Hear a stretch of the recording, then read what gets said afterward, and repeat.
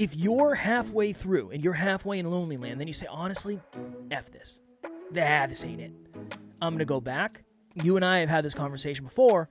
I don't know what's worse.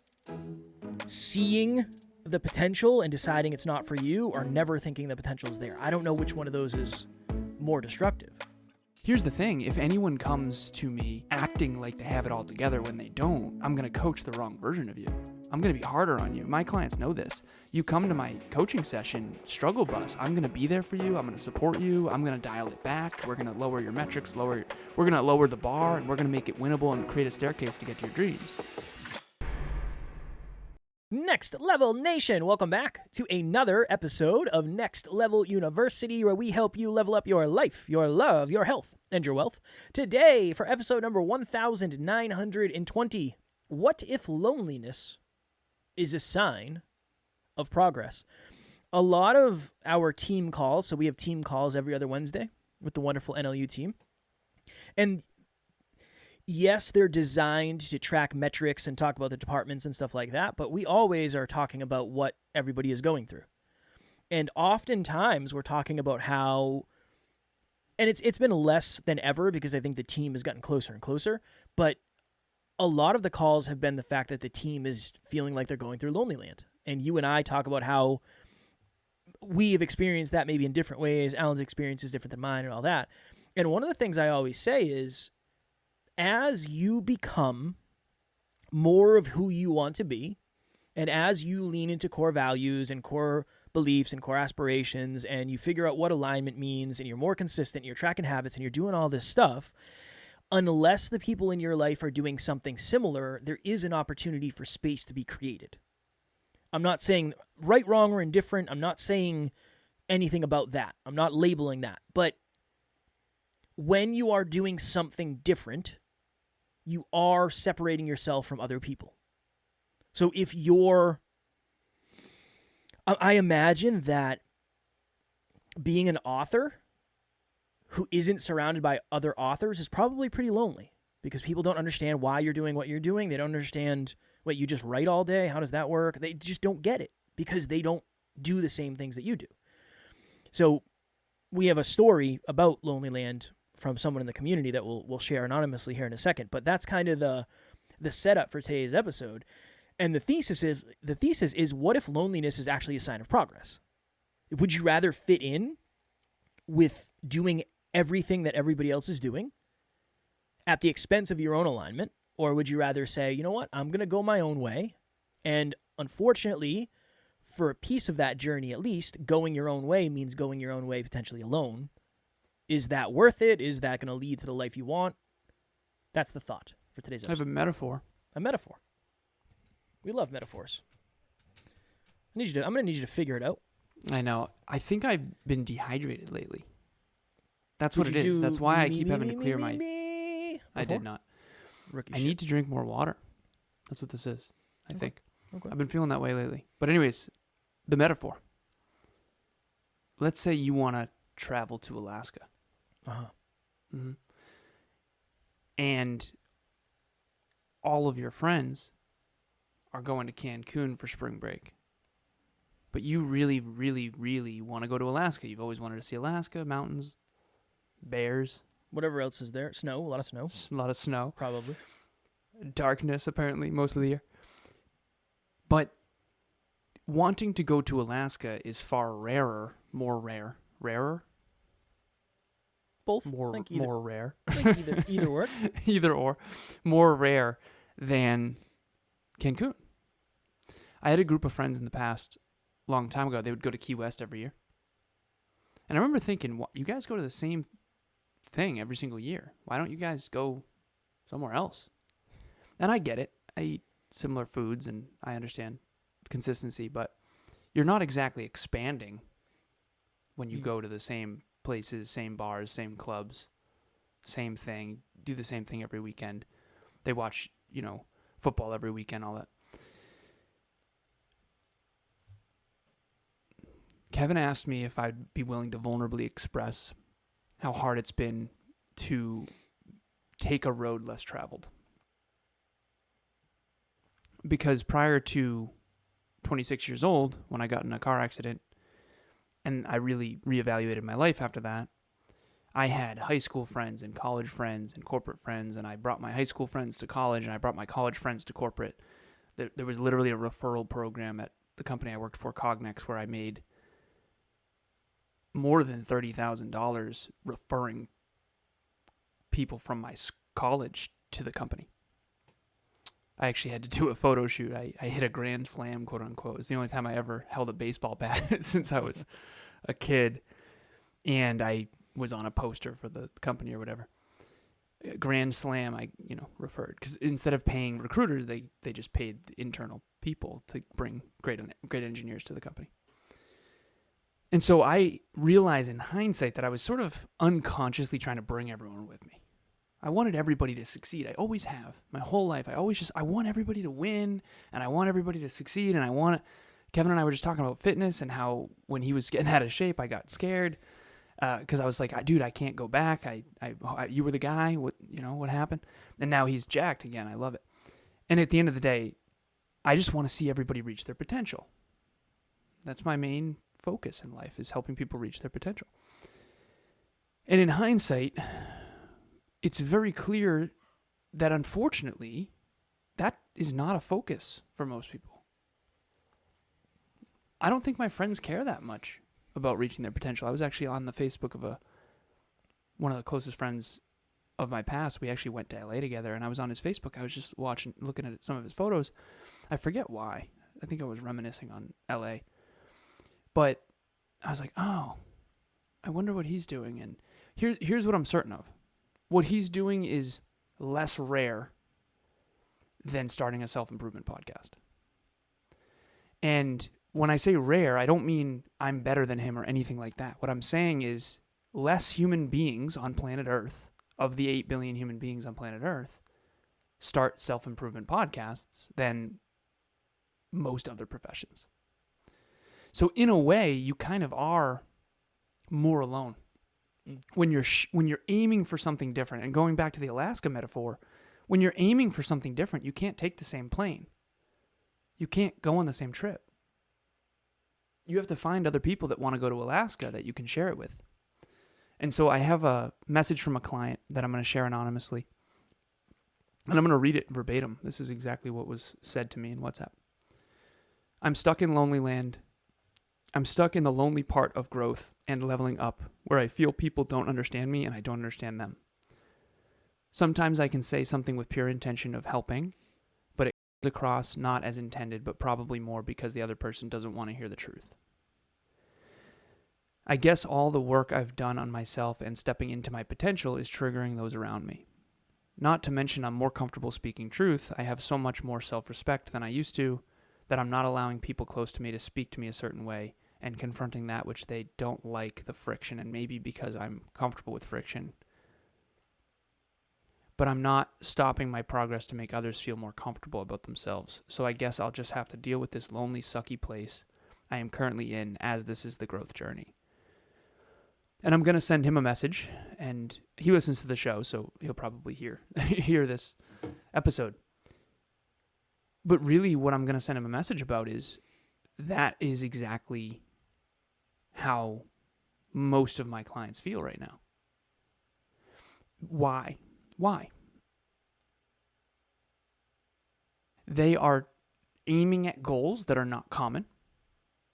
Therefore, the processes, the day-to-day, the train tracks toward those goals are less people on them. Less people are on that train.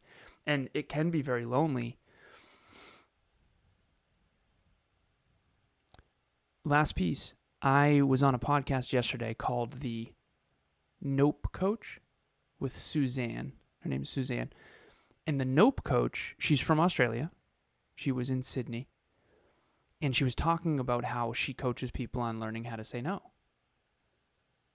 And she, in the middle of the interview, she said, "This is one of the best interviews I've ever done because I love how honest you are about how much this journey sucks." Mm. And one of the reasons why I am so honest about that, she says, I'm so sick of hearing people talk about growth and dream chasing and achievement without talking about the underbelly that sucks. because I playfully am saying, like, it's awesome to be your own boss. It's awesome to be the CEO. It's awesome to have a 17-person team. It's awesome to have 28 clients. It's awesome to make your own schedule. However, the majority of this journey has been both unbelievably meaningful and worth it, and absolutely atrociously brutal. It's been terrible at times, genuinely terrible. And it's funny because it's true. And I used prep as an example because I think it's one of the best examples of, I said I lost my first men's physique fitness competition. I won the second one, lost the third one. Came in arrogant, lost, came in humble, won, and then came in arrogant again and lost again. And I think my fourth one I would have won because I would have went back in humble. But I decided to stop doing it because it was awful. But what I said was, during prep, you basically hate your life for 3 months. And you can't eat anywhere. You have to bring your own Tupperware to weddings. And then the bride gets mad at you. This literally happened to me because they paid for the meal or whatever. And I tried to be proactive. Yeah. And I'm sorry that my goals are getting in the way of your life. And I'm not sorry. That's the truth. And I've finally gotten to the point, and I would say this to the client that messaged me. There is no one on planet Earth who achieved their dreams without feeling lonely at times. Because most people statistically don't shoot for certain goals, and most people don't even have clear written goals. 96% of people don't have written goals according to Google. So if you have written goals that are clear and you're flying to Alaska alone, you can't expect a bunch of people to come with you. And as much as that emotionally sucks, I do think it's very powerful. And the truth is you feeling lonely is actually not only par for the course, but a sign of progress. I would concur. And this would be my reframe for, I won't say anyone, because not everybody has access the same way, but there are a bunch of people who value what you value. It's time to lean into and build relationships with them, because they're out there, and the people that you're talking to maybe have similar core values and core beliefs and core aspirations, and they like the same stuff, and they talk about the same stuff, and they're focused on the same stuff, and tracking habits is cool for them, and journaling is cool for them, whatever. There's less of those people, but they are out there. You've always had a good relationship with this. I want to ask you, why do you think people aren't trying to reach their potential? Because to me, that doesn't make any sense. Because even when I wasn't reaching my potential, it made me upset every day. Well, I think you knew what your potential was. I think in order to really care about reaching your potential, you start with an idea of what your potential is. So like old Kev, let's go back. So did you want to reach your potential when you were younger? No, I wanted to be successful.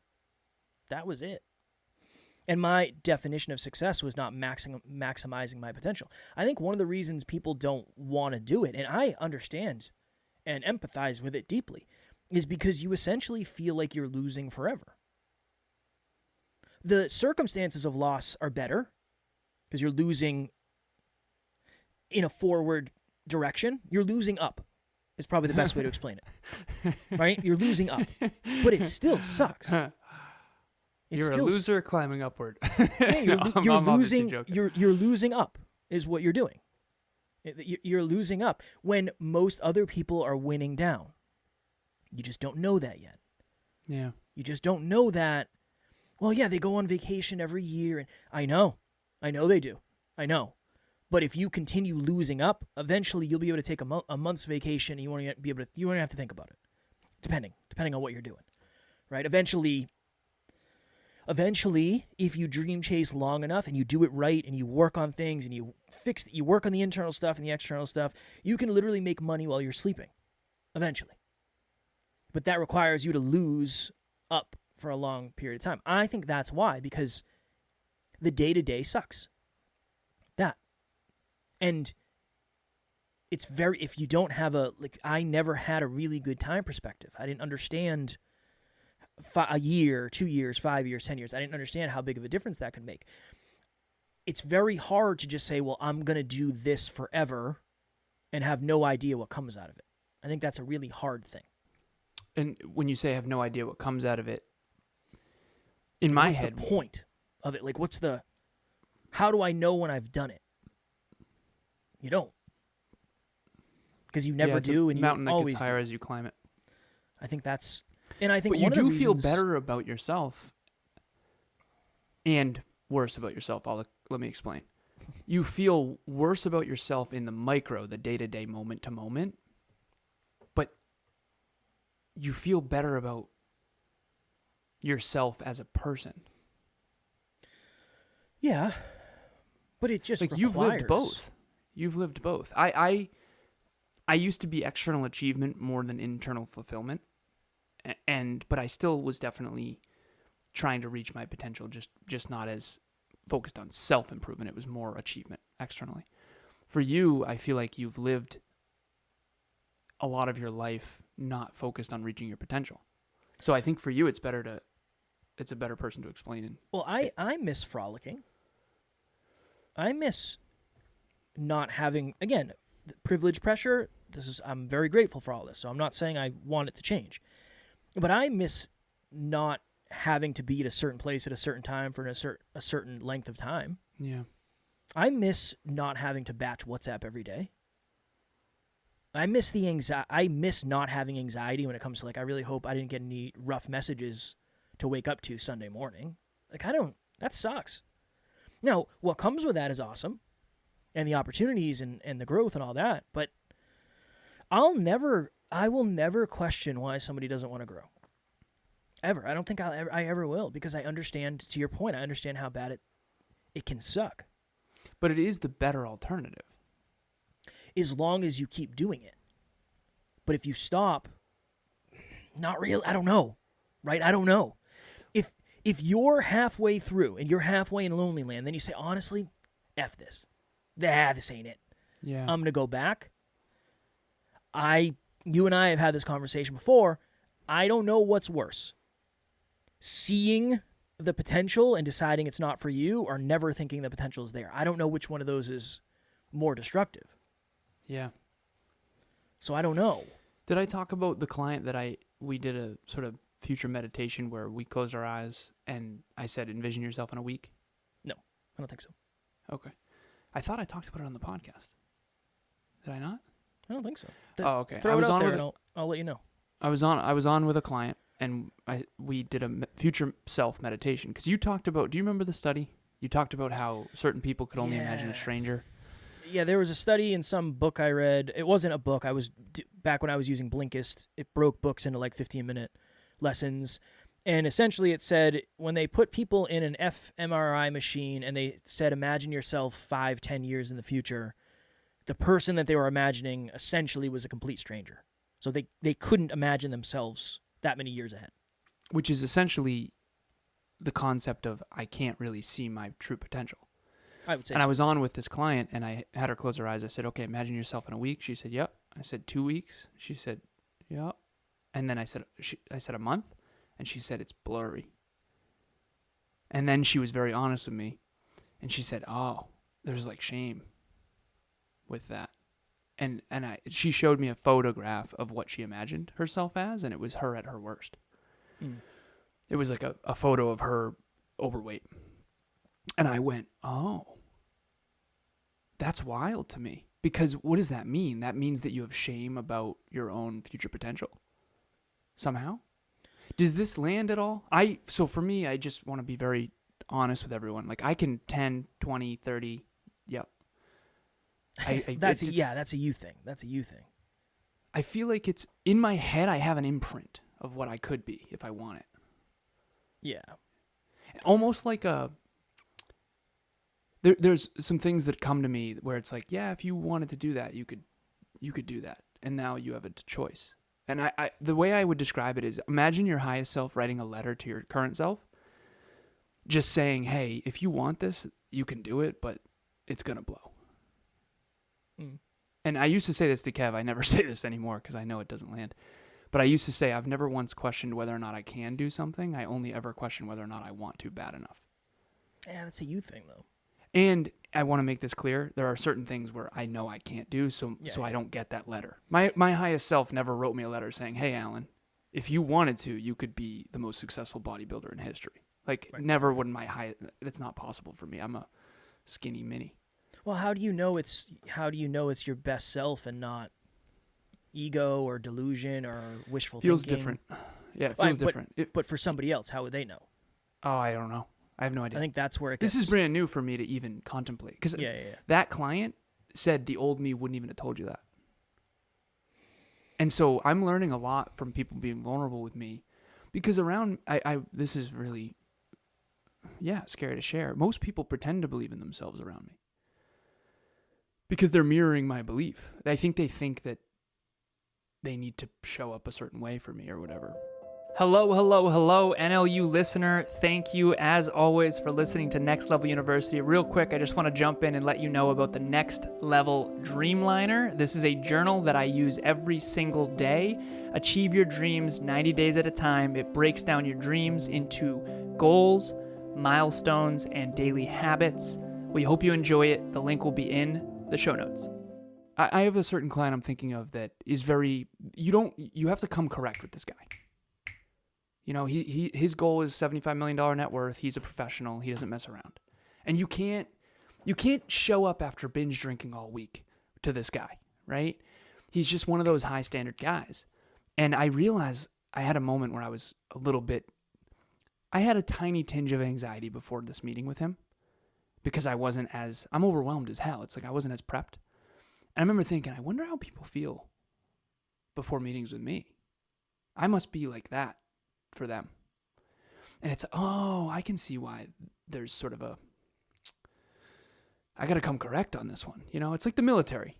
You got to pretend you have it all together, that kind of thing. I'm starting to really understand a lot of this. And here's the thing. If anyone comes to me acting like they have it all together when they don't, I'm going to coach the wrong version of you. I'm going to be harder on you. My clients know this. You come to my coaching session, struggle bus. I'm going to be there for you. I'm going to support you. I'm going to dial it back. We're going to lower your metrics, we're going to lower the bar, and we're going to make it winnable and create a staircase to get to your dreams.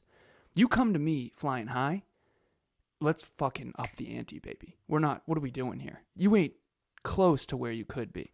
And that's one of the reasons why I think my clients, sometimes their relationship with success is not great. I mean, I think it's good, but usually some of the longer ones have tempered sharing successes with me. Because the moment you come to me and say you're like crushed it, I'm immediately going to up the ante and see what else we can go for, which can get exhausting. I do understand that. But ultimately, at the end of the day, and this is the last piece I'll share too, because I was on a podcast talking about this. I said, I watched an interview with The Rock recently, and it's really important for everyone to understand, and I only use The Rock because everyone knows him. That dude doesn't doubt himself at all, and he pretends he does. It's very hard for me to see him, because he was asked by the interviewer, you work really hard. And he's like, well, we all work hard. We all work hard. It's like, no, we don't. Dude, come on, man. Can you just be honest with everybody? Can you just be honest with everybody, for fuck's sake? It bothers me because it makes people think they can be like that when they definitely can't, and they shouldn't go for that because that's not who they are. He's wired a certain way. That dude hasn't taken a day off in 40 fucking years. And it's just bothersome to me because I coach people and I see them look up to people that are wired completely different. They don't tell them about the downside. Like The Rock doesn't talk about the downside. Ever. Almost ever. He looks like he lives the dream. But I think people he didn't see his own daughter for 15 years. I think it's easy for people to tear that apart and say, well, it must be so hard to fly in your private jet. And yeah, exactly. Yeah. I think he's worried about what that'll look like. I understand that. And I do. I empathize with that too. I just wish everyone was a little more honest, because I feel like if we could be honest about the pros and the cons, we could all make a more rational choice. Yeah, I mean, it's this is the $1 trillion question. This is the hard stuff about growth.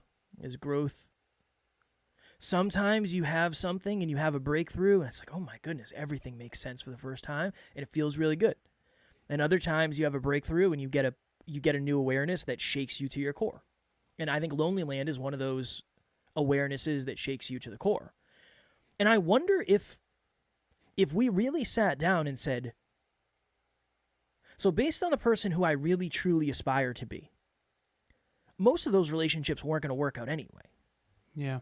If I was really honest with myself, most of those, they just weren't going to work out because everybody would have to pretend to be somebody that they're not every time you were with that person. And then when you leave, you get to go be yourself. So it's not sustainable anyway. I know that's hyper logical and not emotional. Yeah. But right now, Hindsight's 2020. hindsight's 2020. Right now, you're evolving to the type of person that can now attract and sustain and add value to relationships that are the most aligned they've ever been. It just doesn't feel like it's ever going to happen. But this is the time that if you're in lonely land, you got to put yourself out there. This is the time. This is a really good example. You're a dream chaser. Let's say you start a Facebook group. Awesome. I'm going to start a Facebook group about my passions and blah, blah, blah. Nobody is going to fucking comment. I know you created the group because you're trying to get out of loneliness. It doesn't matter. You got to go find the people. It's your job to go find the people. That's the weird thing is, yes, some people will be attracted to you, but most people won't, and it's going to be your job to go find them. Go find a Facebook group to join. Go find a meetup group to join. Go find whatever. Find a coach. Find a peak performance part. Whatever it is. Because I don't think it's going to get easier if you don't do that. Do you think way back, I think we solved Lonely Land for each other a lot more than I realized. For sure. Because I remember in the beginning of 10 years ago when I really ramped up my growth journey, I remember feeling really lonely.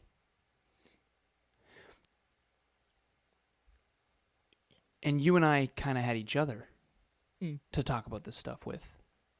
And then we also built a community around it. So, well, I think we had a cheat code where we were trying to build the community. So for us, it was, and we had each other. Yeah, I think that makes it. I mean, you and I have talked pretty much every day for the last 8 years. That's a weird thing. We got a little time. I want to ask you another question. So holidays are coming up next week.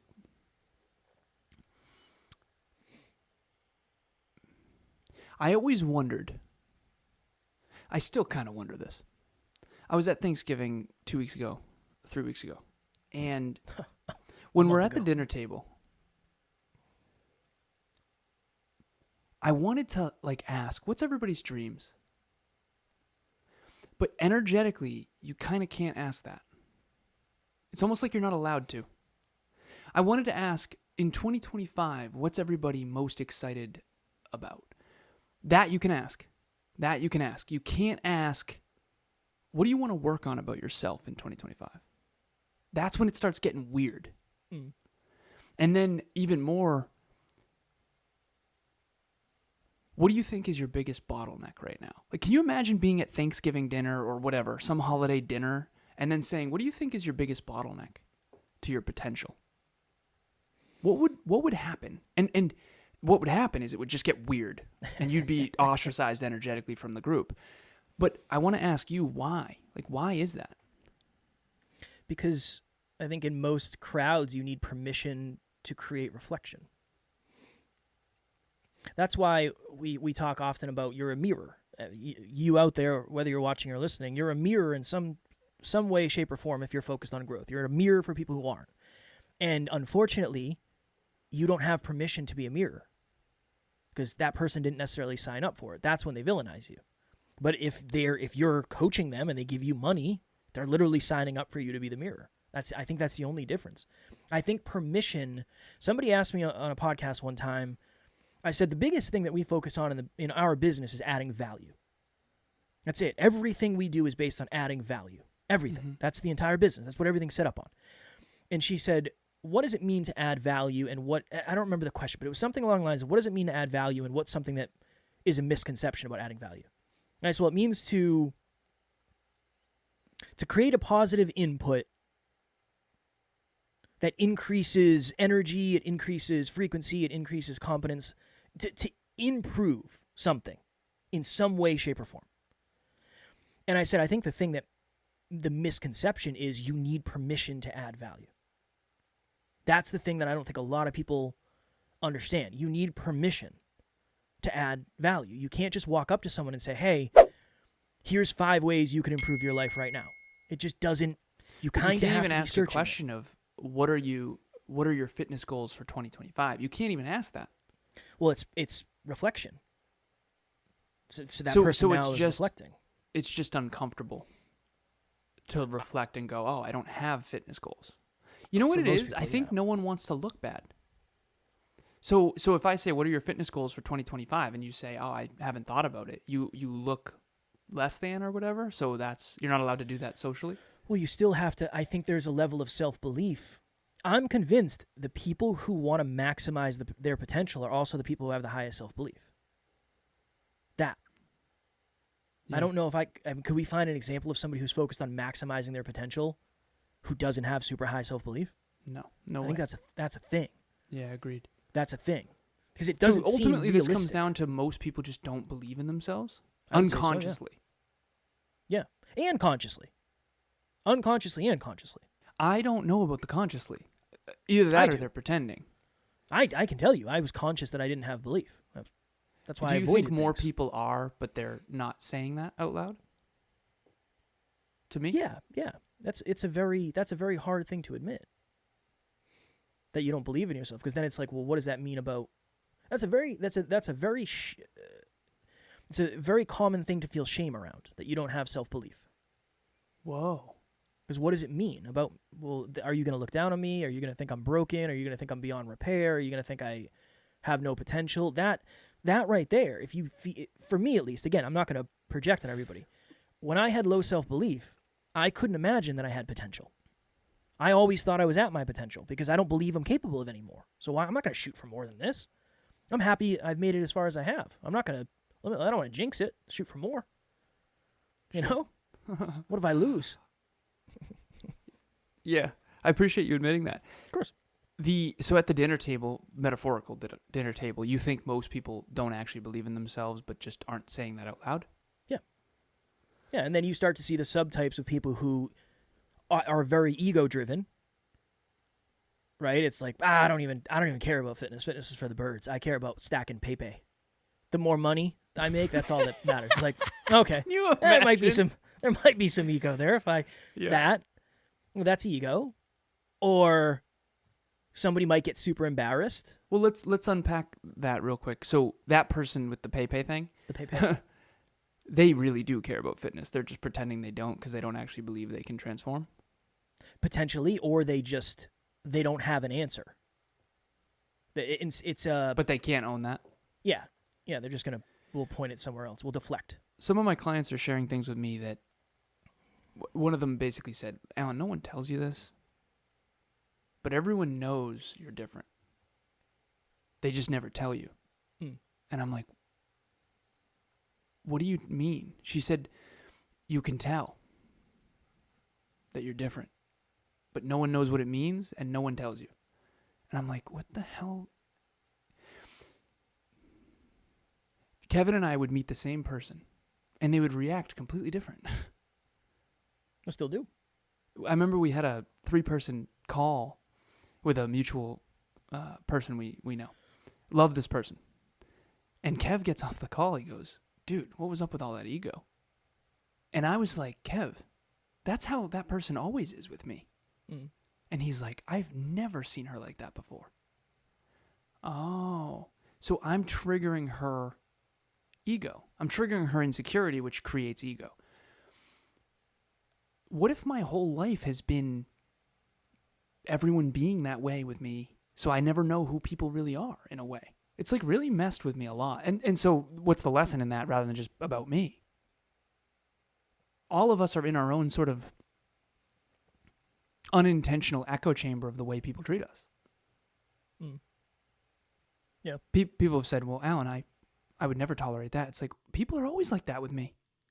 You remember Emilia saying, wow, your friends really suck. I just watched them all make fun of you, and then you join them in making fun of you. And you're 100 times more than all of them. And she was like, that was terrible. I was like, that was nothing. That was totally normal. If anything, that was them being nice. I was like, oh, what does that mean, right? So at the end of the day, this person, back to the message that my client sent me, you might be so used to being treated like shit that you don't even know what it's like to be treated well. And now that you're becoming more or whatever, this person has lost, I don't know, 50 pounds or 40 pounds or 25 pounds, a lot. I saw a transformation photo. I don't know the exact amount of weight, but they lost a lot of weight.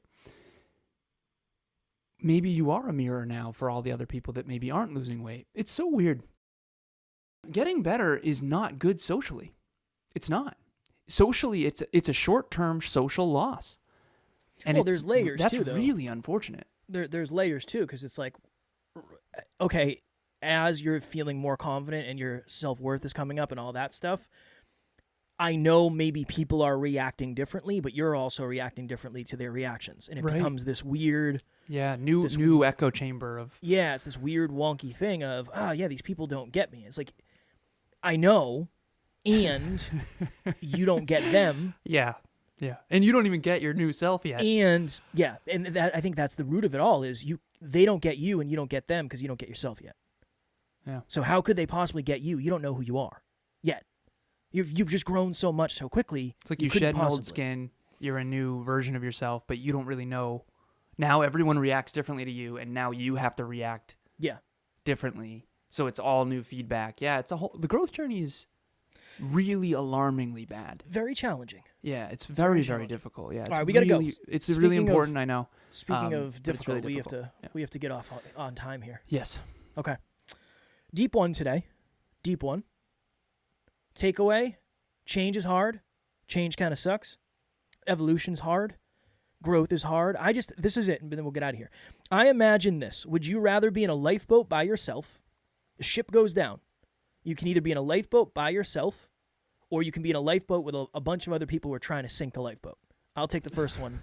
7 days. Is there a third option? Nope. Yeah. Or you come to NLU and there's a much smaller there's a much smaller lifeboat that has aligned people in it, but it sucks. There's no food, there's no water, it sucks. It's worse. The sun's beating down on you, it sucks. But you get to the promised land. Eventually. Maybe. All right. As always, we love you. We appreciate you. Grateful for each and every one of you. And at NLU, we don't have fans. We have family. We will talk to you all tomorrow. Talk to you soon.